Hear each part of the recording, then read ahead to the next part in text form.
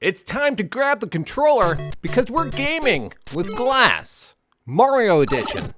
And so I just saw the new Super Mario Brothers movie, and I just thought I needed to make a glass mushroom. And I'm gonna play the original Mario Brothers as well, so it should be a lot of fun. There the mushroom is. You can see it's different in the original game than in the movie. I believe it's changed over the years. The one I'm working on now resembles more of the Mario Brothers 3 mushroom. You're seeing I have to make a lot of jumps to navigate the level, and that's pretty much what this one's about. It's always been fun to try to jump as high as you can on this flagpole to get the most points. But now that I have my glass gathered up and generally shaped into a mushroom, I'll start applying my red color. This is a cadmium red. It's a little more sensitive to the heat, so you have to be careful with it or it could bubble. I'm not moving the rod around, but rotating the mushroom. This helps keep the rod in the heat and allows it to melt and coat the clear glass. This is a good way to save on color by gathering up your clear glass and coating it with a color rather than just gathering up a whole bunch of colored glass. Colored glass is much more expensive as it has metals and minerals to give it those colorful hues. And now I've got the fire flower, which allows me to toast my enemies. Being a flame worker myself, it's my favorite. I know fire can be beneficial and destructive, but I definitely see it as a tool, just like the controller in my hands. And now here are the warp zone pipes. It's a secret you can use to select or skip large portions of the map. Now that my mushroom is coated in red, I'll begin to melt on the white dots. This one's even more sensitive than the red. You can adjust the flame itself to lower the temperature, or just move it further away from the torch. I did enjoy a lot of the Easter eggs in the new movie. You had to really keep your eyes peeled for all the little details in the background. They included a lot of content from other Mario games as well, like Mario Kart, which was my favorite part. Seeing Rainbow Road up there on the big screen literally gave me the shivers. But I won't go into any more details. I don't want to spoil it for you. And so I'm melting the dots down individually. If you have a large enough torch, you can melt the entire thing all at once. I've noticed this white color is starting to boil and bubble a little bit. It is more temperature sensitive. I'll layer some clear glass over it to help protect it from the extreme heat. And now here is another secret, a hidden beanstalk. This will lead to the next set of warp pipes. There's actually a lot of hidden boxes with mushrooms, stars, even the green 1-Up Life mushroom.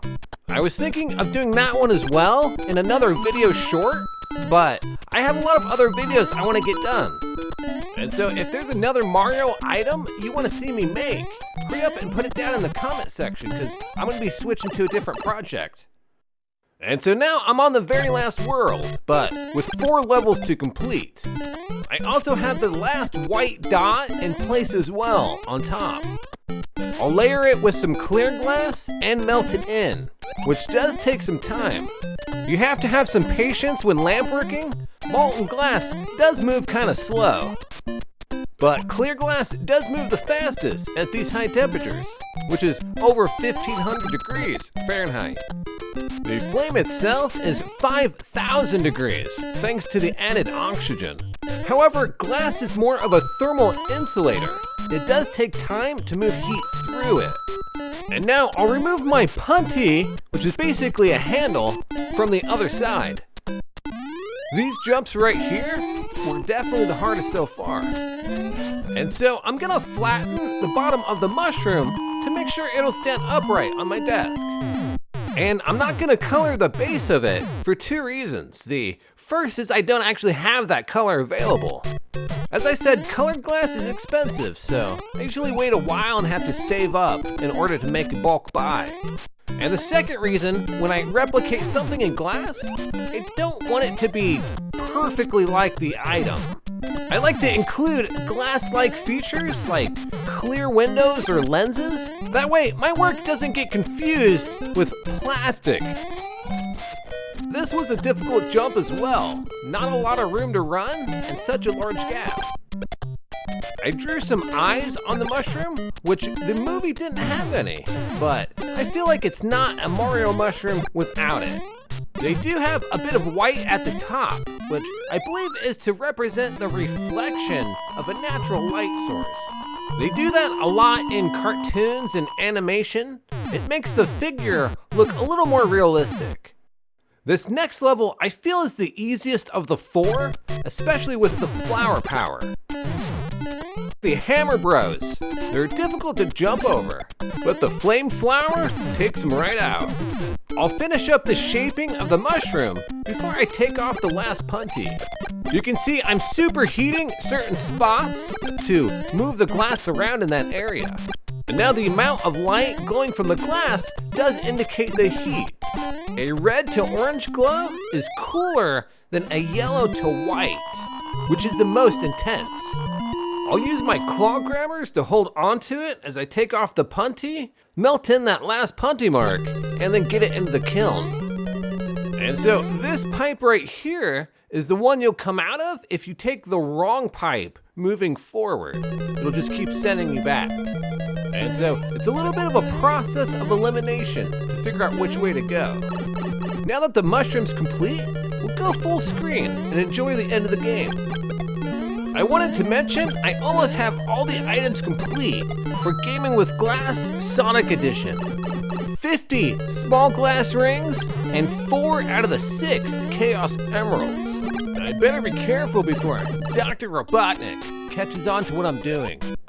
And now for the underwater level. This one's pretty neat. I remember this one from my childhood. I never got here myself. It was always my older brother or cousin. And then they lose, because this one's hard. I did play it a lot as well, but it wasn't until I got older that I came back and started winning. And now my older brother hands me the controller to beat the level. But that's okay, it's always fun to play together.